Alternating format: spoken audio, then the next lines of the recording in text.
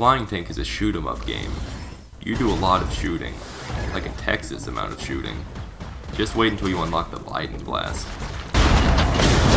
When I was working on my Redcon video, I heard a lot about this other game Hexage was currently working on called Flying Tank. Knowing the reputation of Hexage, I was sure it would be a solid game, but the trailer just didn't catch my interest. Then some songs from the soundtrack appeared in my mix on YouTube while I was writing, and all of a sudden this started to look a whole lot better.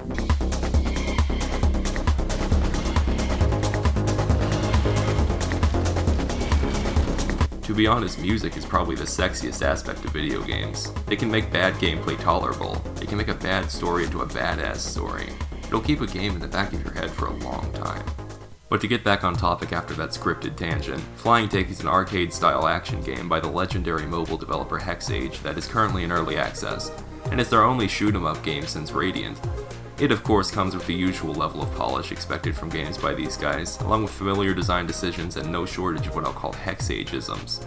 The game takes place in a post-apocalyptic future after the arrival of aliens who look like if only the weird parts of the Combine invaded Earth. This isn't the usual kind of alien invasion though. The aliens aren't really taking control of anything or wiping out all humans, they just showed up and their presence is unintentionally making the planet uninhabitable to us. Now, human society has collapsed and split into the gas mask wearing wasteland scavengers fighting over garbage, and the hyper-advanced futuristic government of the world who have decided to embrace and cooperate with the aliens. There are a lot of Half-Life 2 parallels here. The landscape is similarly barren, there's a cyberpunk City 17, we can see what Breen would be like if he was a vegan. There is also a Gordon Freeman, if Gordon Freeman spent all of Half-Life in a land speeder. This man is the protagonist, David Walker, except instead of being a silent protagonist, he makes you wish he was a silent protagonist because he has absolutely nothing interesting to say. You were just minding your business, carpet bombing a village of desert scavengers one day when a giant alien ballsack called an Obliterator obliterated your home village, starting your hero's journey of extreme violence. You recover an artifact and team up with a group of militants to wipe out the aliens for good. This guy thinks you're going a bit too far, but he shouldn't really be talking shit. Flying Tank is a classic side-scrolling shoot-'em-up game, so thankfully the shooting feels pretty great. Your tank has two main weapons, a bomb and a special ability. Later on you can also equip your craft with drones that can shoot enemies or heal you in a pinch. That is as extensive as the mechanics get, so it's not hard to get into the flow of clearing screen after screen of enemies. And there are a lot of enemies. Each of the three factions, scavengers, government, and aliens, all get their own set of enemies with unique gimmicks. Scavengers have annoying homing missiles, government ships use a lot of beam weapons, and the aliens have sheer numbers. You have your usual melee enemies, swarm enemies who attack in groups like these things, enemies that spam bullet hells at you from a distance, mini-bosses, and just about every level has a unique boss fight at the end. On their own, your opposing forces aren't particularly interesting, but the real challenge comes from how they are combined together. Mines on their own are easy to avoid, despite their massive damage if you are enough of a drunk driver to run into them, but when placed between you and the enemies shooting you in the face, they become a much more serious problem. The game really likes to spawn high damage melee enemies out of little holes all the time, and it is genuinely starting to piss me off. This gets really bad once you leave the wasteland and enter the city of Newark. This is accurate to the actual experience of going to New Jersey, except instead of homeless people with knives coming out of holes to attack you, you get jumped by whatever the hell these things are. I'm not kidding, I've lost so many missions to accidentally parking my tank over one of these holes for a second without realizing it, and then being immediately pulverized by an absolute clown car stream of enemies spawning right on top of me. The flow of combat is rarely as frustrating as that for the most part though. It looks, feels, and sounds satisfying. Enemies aren't too spongy while also not feeling like pushovers, and the sound design and graphics of them exploding, popping, or fizzling out releases enough wrath dopamine to get you addicted to carving through the endless hordes of them. Also, when you destroy a human craft, the pilot flies out like a cartoon character and you can shoot him or run him over for some fine red mist and extra money.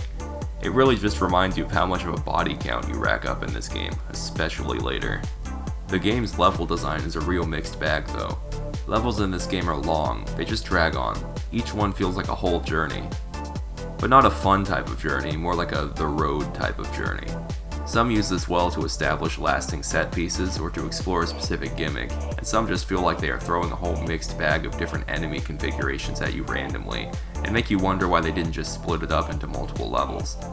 This length is a serious problem in my eyes, as whenever you die you lose your progress, in more ways than one, but I'll talk about this later.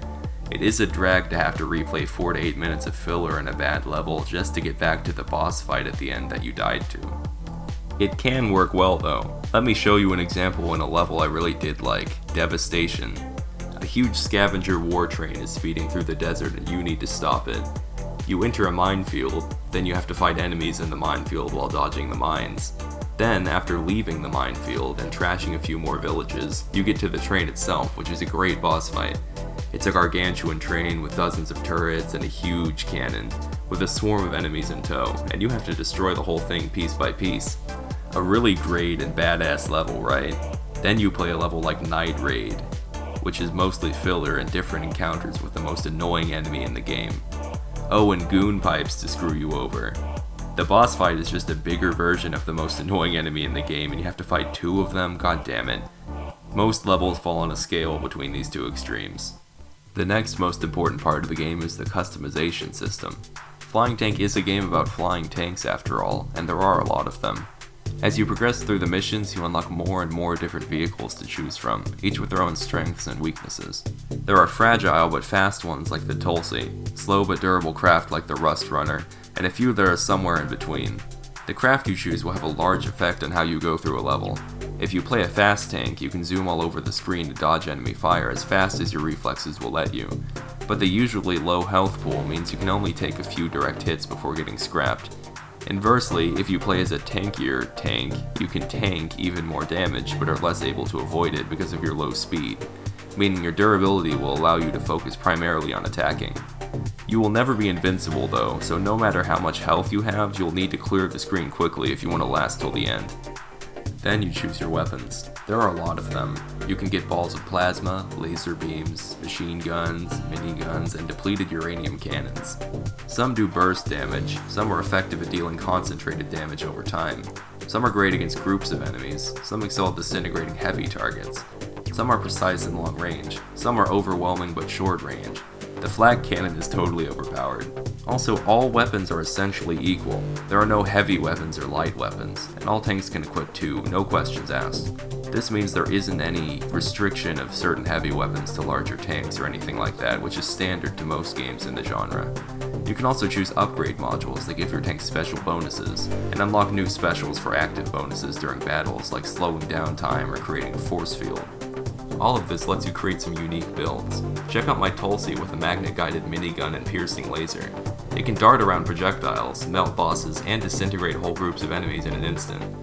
Maintaining these builds can be difficult though, as whenever you die, and you will die, this game is not easy. You lose a few modules, some of which can be the upgrades that you spent so long building up.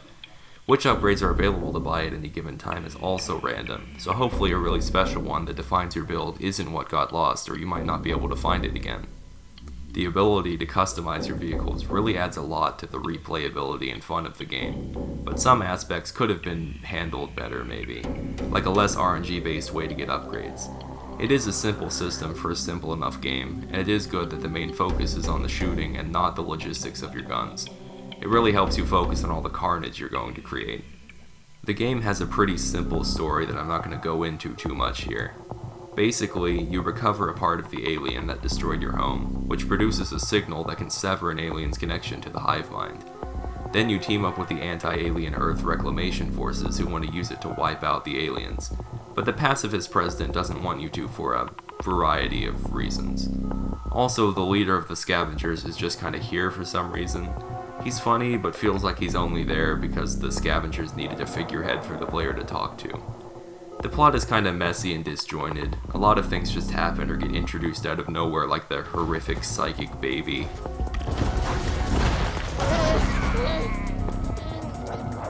There is a charm to it though, and it makes the game a lot more lively. You should experience it yourself, then we can discuss if David Walker's actions were justified or not. If you found anything I had to say about this game interesting, I can definitely recommend picking up Flying Tank. It is currently about $8 on Steam, and while it is still early access at the time of making this, all the planned levels and content have been released, so you will get a complete experience buying now, along with dodging the inevitable price increase that will come out once it's polished enough to get a full release. Hexage is one of the most ethical mobile developers on the market, and they make some of the most unique and high quality mobile titles out there right now. It feels good to support them a bit, especially since they are now undergoing a shift to market and produce games off of mobile platforms like this one. Flying Tank is certainly a good example of Hexage's ability to make solid but simple games, and taking down the government has never been quite as fun as it is here. Expect another video soon. I'll be talking about a game for people who have a bit of a death wish.